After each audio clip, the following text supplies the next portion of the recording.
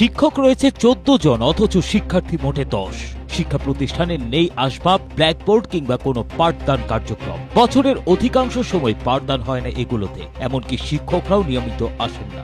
অথচ এইসব প্রতিষ্ঠানে কাগজপত্রে রয়েছে শত শত শিক্ষার্থী। শুধু এই একটি প্রতিষ্ঠান নয়, অন্তত 3টি প্রতিষ্ঠানের এমন চিত্রই উঠে এসেছে এশিয়া পোস্টের অনুসন্ধানে, যেখানে ক্লাস হচ্ছে না, নেই শিক্ষার্থী, অথচ মাস শেষে নিয়মিত সরকারি কোষাগার থেকে বেতন ভাতা তুলছেন শিক্ষকরা। জামালপুর জেলা শহর থেকে প্রায় 12 কিলোমিটার দূরের পীর গোবিন্দবাড়ি এলাকার শামসুন নাহার মোহাম্মদিয়া মহিলা দাখিল মাদ্রাসায় গণমাধ্যম কর্মীদের উপস্থিতি টের পেয়েই তড়িঘড়ি করে ক্লাসে প্রবেশ করেন শিক্ষকরা। শুরু হয় পাঠদান, অথচ তখনও কয়েকটি শ্রেণীকক্ষ ছিল তালা বন্ধ। ষষ্ঠ শ্রেণীতে মাত্র একজন শিক্ষার্থীকে পাঠদান করছেন একজন শিক্ষক। অন্য একটি শ্রেণীকক্ষে মাত্র 3 জন শিক্ষার্থী। নবম ও দশম শ্রেণীর অবস্থাও প্রায় একই। মাদ্রাসাটিতে এমপিওভুক্ত শিক্ষক রয়েছেন 14 জন।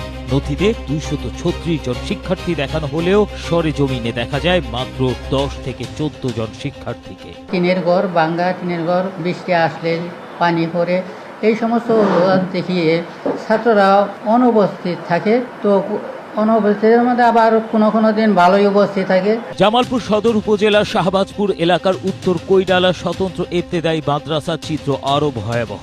জরাজীর্ণ টিনের ঘরে নেই কোনো আসবাব, ব্ল্যাকবোর্ড নেই, পাঠদান কার্যক্রম। দূর থেকে দেখলে পরিত্যক্ত ভবন বলেই মনে হবে, তবে সরকারি নথিতে এখানে দেখানো হয়েছে শতাধিক শিক্ষার্থী।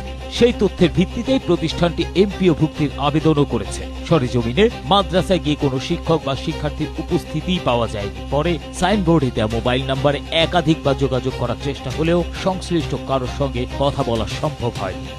একই চিত্র দেখা গেছে সদর উপজেলা তুলসীপুর ডিগ্রি কলেজে। কাগজে কলমে 7 শতাধিক শিক্ষার্থী থাকলেও স্থানীয়দের দাবি বছরের অধিকাংশ সময় কলেজে পাঠদান হয় না, শিক্ষকরাও নিয়মিত আসেন না। এমপিওভুক্ত এমন অনেক শিক্ষা প্রতিষ্ঠান রয়েছে যেখানে শিক্ষক আছে অথচ ছাত্র নেই। নিয়মিত তারা বেতন ভাতা ঠিকই তুলছে, তাদের সুবিধা ঠিকই পাচ্ছে। শিক্ষার নামে এমন অনিয়ম ও সরকারি অর্থের অপচয় বন্ধে কঠোর ব্যবস্থা নেওয়ার দাবি জানিয়েছেন সচেতন নাগরিকরা। জামালপুরের অনেকগুলো বিদ্যালয় রয়েছে, যে বিদ্যালয়গুলোতে শিক্ষার্থীর সংখ্যা খুবই কম। শিক্ষার্থীর চেয়ে শিক্ষকের সংখ্যা বেশি, এবং তারা এমপিও ভুক্তির জন্য অনেকে আবেদন করেছে, অনেকে এমপিও ভুক্তি রয়েছে। পাশাপাশি আবার অনেকগুলো শিক্ষা প্রতিষ্ঠান আছে যেখানে কোনো অবকাঠামোই নেই, তারাও এমপিও ভুক্তির জন্য আবেদন করেছে। আমরা এই সকল শিক্ষা প্রতিষ্ঠানগুলো চিহ্নিত করে আইনানুগ ব্যবস্থা গ্রহণের দাবি জানাই।